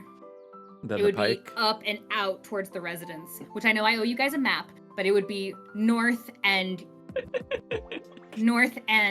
west versus the pike, which is kind of a little more middle ground in that merchant. What? Yeah, in that merchant. Oh, just kidding. It's right by the pike, guys. I lied.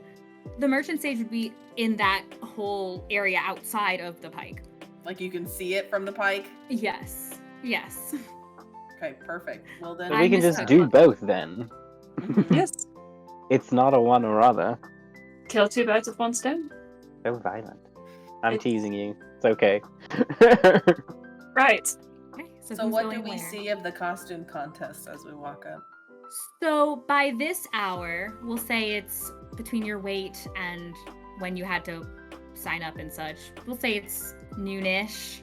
It looks like signups and such were already going on at the same time. So when you arrive, you can see this long table set up a short distance away from one of the stages that you actually saw being built before. And it is beautifully decorated. There's flowers, there's ribbons, there's all manner of things. And you also see there's some booths, some wide booths set up a little further away from the stage, behind and back. You can see a number of people flurrying about over there, like a small crowd of people, everyone kind of tending to their own. And you can already see people are waiting in a line leading up to the stage. There's a couple of people on the side you can see it's open, and then there's a curtain that's kind of blocking most of, if you're standing from the kind of audience area, most of behind this curtain blocks those booths, but you can kind of see past them as you were coming up. So it looks like there's already some type of judging happening. You see a lot of adults that are dressed in various, almost like an anthropomorphic kind of theme. So it's like a type of animal, but in like a kind of gownish attire or a black tie attire. So they like dressed up an otherwise animal theme or something appears to be what's happening. Where they're characters from stories, perhaps. A little hard to tell unless you kind of sat and kind of listened to what they had to say, but you're seeing people start to cross stages. Carefully, you see some quick handling before somebody walks onto the stage, is like floofing up a skirt or fixing a hat or something like that. Not my kind of costume contest. I don't really want to dress up like an animal. It appears Are you to be sure? one type. There's whole conventions of that some places. You know, I've heard of those. They're It's very everything I close want to to the know bands more of about dark. So, the pike. Sounds like a plan. I will say also that you note as you're walking past and you can kind of peek back towards the booths, you can also see a much smaller crowd of children who are also getting dressed. And a lot of theirs appear to be various like fae type creatures. So there's very bright colors, very pastel-y colors on a lot of them. Different props that make it look like there's clouds kind of floating behind them a little bit. Some better than others. And like various magical effects that are kind of floating around these children's heads as there appears to be a children's judging section as well. And then you guys are heading off to the pike? That sounds like. Excellent. You said it's what time? Is it lunchtime or is it later? It's getting to be about lunch hour, yeah. Okay. So it's within the noon hour, I would say. The pike is crowded. You see again a kind of forming wall of people standing around the doorway. It's a little bit easier if you wanted to try and force your way through, but it's definitely crowded still. There's music playing, there's people laughing, lots of drinking, lots of eating, lots of merriment. You guys were looking specifically to see if anyone was wearing anything else that seemed like. Give me a perception check. Also, I just realized I never looked in the bag that I took from Zader. I His noticed perception check is a nat one. That's forgivable. That's a nat 20. Guidance, that's a 34. We rolled max. Oh my gosh. Well, I got a 23. Snow is looking for Razia, not looking for medallions or pendants or anything. And he will ask to get on Ste'yn's shoulders to do so. Okay, so I think... Okay, I want to make sure I understand then. When you were asking to see if there were any more medallions and such, was that while you were walking through the city or specifically in the pike? Or both, I guess? A little more both, mostly as we were walking around, I think, was more Ste'yn's idea. To see Okay. how widespread kind of they were. Not quite Was that so the- much, yeah. Was that the same for you, Viola, or was that were you looking specifically somewhere? Like in the pike? Viola was looking all that. She was also looking for Rosita when they came in, and she'd keep an eye out for Zader as well. And that's when she was like, hey, I wonder if Zader's in here. That's when she was like, oh yeah, I took his stuff and I didn't look at it. Oh yeah! It Family- could just be a pouch of 30 silver. You don't even know. Yeah, Viola, you look around. It's a little hard to tell as you kind of like walk up on somebody because they're small pieces of jewelry, or they mentioned it might be a belt buckle or some novelty item, a pin, a thimble, or something like that they were like giving away on that first night of the opening ceremonies. But there are some people you pass by, little crowds of people, and you do spot what looks pretty clear to you, a couple of people wearing either a necklace, even an earring, a pin in their hair or something that has a similar kind of look to it. Ste'yn, you are watching like a hawk. Anything that looks even slightly suspicious, and you pick up on it. And you get this, depending on how you feel about what might be going on, or if there's anything involved in them, you get a sense that when they were giving these items away on that first night, asking only for a small donation, if they wanted to support the Pike, they probably got a fair bit in donations, but they were giving these things away. They are across the city. People have been decorating themselves. Rosita is busy at work in the Pike. Ste'yn You would see let her- Snow get on her shoulders, by the way. She'd be confused at first at their request, but it's supposed to be fun. She'll go for it. It's fun, Ste'yn. Exactly. Fun! F is for friends who do stuff together. This is stuff together. Live a little. Yeah, it's easy enough for Ste'yn to spot even without having to get on anyone's shoulders. But Snow, what did you roll for that perception? Do you have advantage since I'm above the entire crowd now? No, because it is super duper busy. 13. Okay, it is pretty busy, but she is a presence in the Pike. When Rosita is there, it's almost like the matriarch is there, and you kind of just spot her walking back towards the kitchen area, and it doesn't take too long before she's back out and tending to one of the bars. But you guys can see her in there. Beau, give me another con check. Unless you've stayed outside. I don't want to No, assume he was that. going in. Okay. That is a 10. It's uncomfortable, As but you're kind of breathing through it. As they are entering the crowded establishment, Ste'yn will check in with Beau via Mind Link and ask how he's doing. And yes, 5 hours is great. And if he needs a reason to leave, just let her know, and she can come up with something to get them out of there. Let's go question the stupid wench. We will ask the nice lady a few questions about what she's been doing. Beau's a bit testy today. He's bloody hungry, that's the problem. He gets hangry. You're not you when you're hungry. He needs a good Yes. sleep. Or maybe he's more him when he's hungry. We're not going to be able to talk to her because she's going to be busy. We should find out when her shift ends. We can ask her when it ends. Say we want to Exactly. chat with her. We don't get to spend time with her. You see her moving about. Well, we Beau's should gonna ask walk her over out. to him. Beau's gonna walk over to her. Go up to That's the when bar. we all follow. We're all following. Yeah, You wherever probably she's should. at. Where Beau goes, we follow. Is she behind the bar? Yeah, Okay. moving about. Yeah. So he's gonna go up. Hey, lady, we need to talk to you. There's hubbub and sound drowning you out a little bit. Give me a persuasion check. All right. Beau. That is either 26 or 29. He got that Okay. raise. That Riz for real. He's the true Rizzler. Yeah, you say it just like that. As she is mid placing this really nicely carved goblet with the symbol of the wild pike on it in front of someone, and she pauses a moment.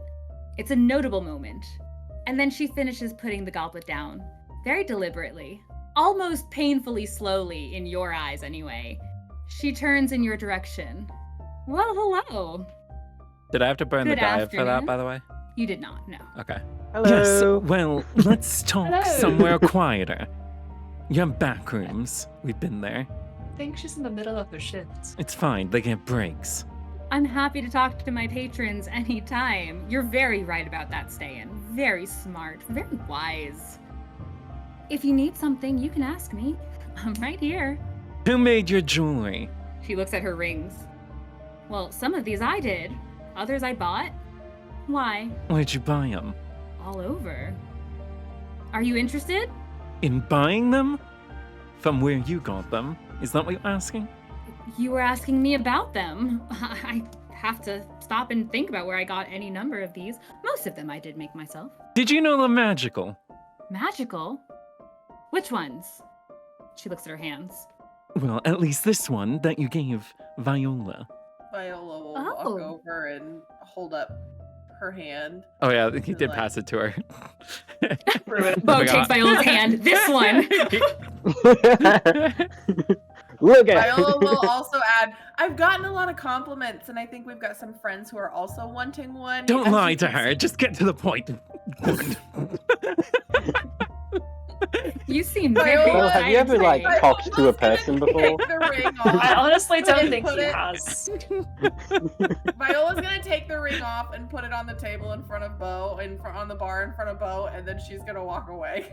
Did you not? She'll stay in the pike, but she doesn't want to stand near all this nonsense. And Rosita picks up the ring. Did she not? Did she want a different one? I'd be happy to give her a different one. I think she wants to keep this one. It just seemed that Beau had something to say about it, and she wanted to make sure we could talk without any interruptions. Honestly, half the people in here are half gone anyway. Oh, So really not too much interruption. And she snaps her fingers. In moments, one of the barmaids, and you see it's Iltana again, comes sweeping by, regards her. Sweetheart, do you mind for just a few minutes? I think our friends here have a little something they want to talk about. I'm gonna figure out what it is. We're gonna make sure that they are all set up in a moment, but can you cover those tables for me? And she says, of course, Rosita. And then she sweeps off. Rosita looks back at you. She looks back over her shoulder, blows a kiss, keeps going. So about the magic on Snow waves down from his like 9 foot. Oh, height is on he top of still? Ste'yn. I forgot. She looks back, looks up. Oh, there you are. Blows you a kiss, keeps going. What was that? What did the you read? magic. Who put it on? So are we going to someplace a little bit quieter? That's up to Rosita. Well, I can't go too far. I can't leave my poor girls and my poor guys out here without some supervision. Much as I trust them. And I do, but we've got to make sure things stay in No, order. Just like into the back where we won't be interrupted. Oh, we won't be interrupted. So you were asking about magic on my rings? Yes. Jewelry, pendants, hairpins, the works. Hmm. Do you like it? What is the magic? Or more importantly, did you place the enchantment on them or did someone else? Give me a persuasion check. Beau and Snow. Snow gets guidance because Ste'yn is holding him right there, so she already has the touch component necessary. Thank you. Beau's is either a 19 or a 24. Cross your die. 15. She just smiles at you, Snow, but Beau seems to have her attention in his aggressive tone. What did you ask her again, Beau? You wanted to know what the magic was that was put on him. Simple little something. For non-detection. Why? Why not? She It's- pockets Well, the it's ring. expensive if for no other reason.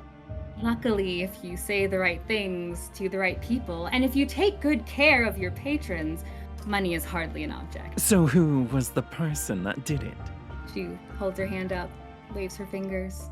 So who are you paying then to do it? You just said if you pay the right I think people. she's saying she did it herself. And this is why you are so brilliant, Ste'yn. Really, truly a champion. It's incredible.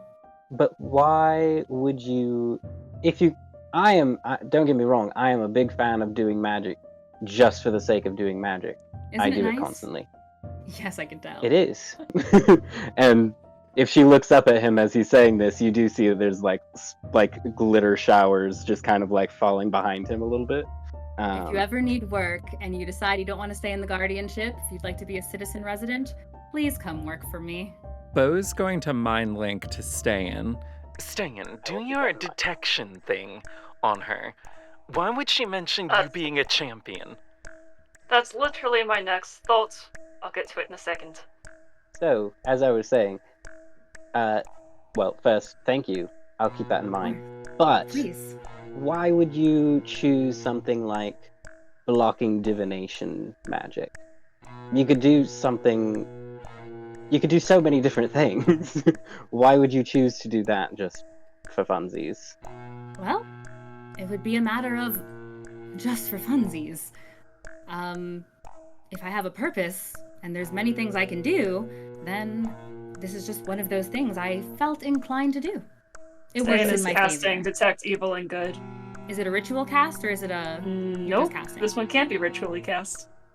Wonderful? Just immediately cast. Excellent. 30 Yeah. foot range. Mm-hmm. Oh, you don't need 30 feet. Okay, well, I was just reminding you. Viola- In case she bolts for the door as you're casting it. Viola would mind link the bow and be like, hey, oh, if you need me to come over there, let me know. Like, keep me updated. Be ready to hack off our hands. Got it. Noted. It's in my favor to perform this particular feat of magic, and I mean, there's other things I have done and can do, but this is what I needed for this. Why did you need it for this? And he is going to spend a charge for Detect Thoughts. You cast Detect Thoughts, and you start looking, the way that the images kind of appear in your mind. Please make me a Wisdom saving throw. Excellent. 17! Ooh. I really wish I could have art of this scenario of Snow on Sand's shoulders and Beau like So ready creepy. to just leap across the bar and throttle her. So creepy. Viola is happening? also Absolutely keeping ridiculous. An eye on anybody in their vicinity that seems to be like overly interested in what those guys are doing. She's being a lookout. Give me a perception check. 17. So, Snow, you cast Detect Thoughts, and you feel this pushback immediately that almost knocks you off of Ste'yn's shoulders, but you hold, and she's holding you firmly in her grasp. You just kind of like reel back a little bit as you feel this almost very forceful pushback, and you cannot see deeper into her thoughts. You can't see into her thoughts at all. Viola, you look around as you stepped back, and you're just kind of eyeing the scene and eyeing around. To anyone else who's just enjoying a beautiful, maybe slightly overcast day at this lovely festival, just another beautiful lunch hour. It's busy and fun music is playing. Every single one of the barmaids and bar lads are placing a drink, turning their head in their direction, continuing on, placing a plate, turn their heads in that direction, continuing on. Yep. Beau, every single person that works at the Pike is like keeping eyes on you guys. Then we'll slaughter them all. What does We Detective declare Raymond war pick up? on the Pike. Ste'yn, you are standing in front of this pinging beacon with a fiendish presence all about it. As she's smiling, a great, big, cheery smile towards, I suppose, the three of you. Do you ever go by another name? Do I? Yes. No. Rosita's a beautiful name. Are you sure it's yours? That's such an interesting question to ask me. I In know, I'm very fairness. interested in the answer. I imagine you are. See, I think you might have it a little confused, but right answer, wrong problem solving. But Rosita is actually a name I picked, but I do like it a lot. But it is, in fact, my name. I was gonna mind link. Why are you asking her this? Testing something. Trust What? the process.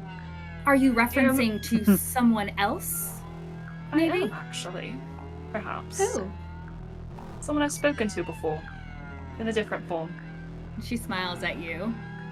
What's the name? If I need to tell you, maybe you're not the one I'm looking for. I suggest you answer completely and truthfully. And she needs to make a wisdom saving throw. Beau is using his bonus action for steady aim, and he's getting ready to cut her with a psychic blade if she moves or does anything. That if he gets confirmation of anything, he's going to stab her with advantage. She rolled a 23. She's a little bit better than the shadow guy. I answered as completely as I needed to. But you, Ste'yn, why won't you just say her name? She didn't say it was a her. I didn't. She did. Thank you for... You didn't have to. I didn't. So if I have to say it, describe it, then I know it's not who I'm looking for. Okay, so You like, know. what's the game plan here? Oh, What are you doing? You came to me. We are curious. What is your plan? What are you doing? She looks back at you, Ste'yn. Well, I'd be happy to tell you everything, but I think you already know what the trade is. Enough of this. Beau's gonna stab her with a dice dagger.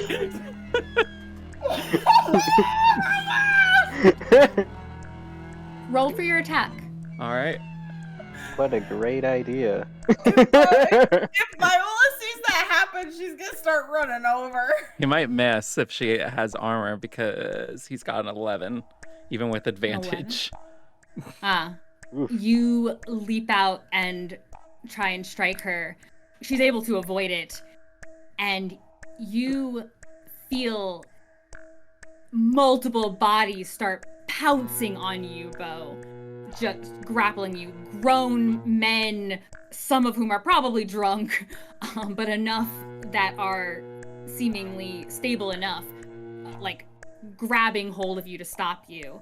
As there's gasping from all around, people watching on at this sudden attack. Rosita steps back and she's looking at this. You can see Viola from your vantage point. You had been, keeping an eye out on them and on the barmaids and bar lads. They have all started, whatever they were in the middle of, they stopped. They started moving. You see some heading towards the door. You see others heading towards where they are, but kind of keeping a bit of a safe distance from the violence. You hear one person start blowing a whistle. And as these people are piling on top of you, Beau, and the others they have to watching make? Rosita. I mean, doesn't he get to detest or roll against being grappled? That's all he wants. Well, I mean, you can. I mean, he's yes. 10 people. Well, I also jumping on didn't you at realize there once. was 10 people right by us, and the three of us were next to each other. I don't see, and You're there's at a bar. Busy tabletop. Well, it's a bar, so there's a whole bar in front of us, so there can't be any people in front of him grabbing him. He's got Ste'yn right next to him, Viola next to him, so at most he can have like 3 people behind him. There are a number of people that are just in this crowded area. I'm You're saying welcome from a to roll. space perspective, know. he can't have that many people grabbing him. But yeah, he'll roll. In short order, you can roll disadvantage. You said that some of the bar lads or ladies. I got a were 19 on both dice. So what was that acrobatics or is that just dexterity? I would allow acrobatics. Okay, so that's 22. Okay. Yeah, people start jumping towards you. You feel their arms starting to grab you. Someone trying to, pull you back. You're able to kind of dip and dodge away from them. As soon as he But you gets an can also opportunity, see- he's gonna climb up to the ceiling. Okay. I Yeah, don't. you'd Before be able to before jump. that happens, Viola's gonna mind link to Beau and say that, Beau, I saw some of the bar lads going outside. I'm gonna try to come and escort you outside, so maybe we can follow them. And Viola's headed to Beau to try and shoulder past the people, like trying to restrain him, and say, like, she's just like, oh my gosh, Beau, I can't believe you would do this. This is awful. Like, you need to get out of here. You cannot be in the presence of Rosita anymore. And she's like, don't worry, I will take him outside. And she's trying to shoulder past them, grab him, and escort him where she has seen one of the bar lads or ladies. Yeah, he started aiming to go on the ceiling. He does not trust these people to still to take you as the escort and not grab him. Okay. So what you see all in all of this happening, people are trying to grab Beau. Beau jumps away. Viola's trying to kind of just deflate the situation. Beau, there's numerous chandeliers that are easily in a reach that you could a table to the ceiling. Oh, he was It's just kind gonna of go over the bar, and then I assumed that there was a wall behind the bar. Yeah, no, you can be up top. But in all this cacophony, you also see that now Peace Watch have started entering the Wild Pike. They look very serious. They are armed and ready as some of the bar lads and barmaids are filtering back in behind them. This 1, 2 more, 3 more coming in to de-escalate a situation where dear poor Rosita was under attack, as you guys find yourselves very quickly on the opposite side of popular, you might say. Well, if you get within reach of me, I can make you invisible. I think that's where we're going to end tonight's session. Thank you from all of us here at Tales from the Catacombs. Catch up and recapture your favorite moments by subscribing to the channel. We greatly appreciate you journeying with us to bring clean content to the world of tabletop RPGs. And do also please remember to like the video. I think I already said subscribe, but like the video, leave comments, tell us your favorite moments, tell us what excited you, tell us what you would do differently. Would you have attacked Rosita? Maybe, let's be honest. And a particularly huge thanks to my players, whose links are in the description below. Please take a moment to follow these tremendous people and their exciting endeavors. David, who plays Beau, and I've never seen such great what's the word I want? Detestment? Contempt, that's the one. Contempt for human beings in a fictional world. It was so real. Catherine, who plays Ste'yn, who is as tall and would put Josh on her shoulders as Ste'yn does. Kassie, who plays Viola, sweet, wonderful Viola, who tried her best to keep these in line. It didn't work. She's a teacher, she tries. And Josh, who plays Snow, who is coming up with all these phenomenal shenanigans, and he just needs a moment to let it out. And I think this was it. And it's only gonna get better. I'm Brenna, I'm your storyteller for this adventure, and we will see you back here next time. Safe travels until we meet again.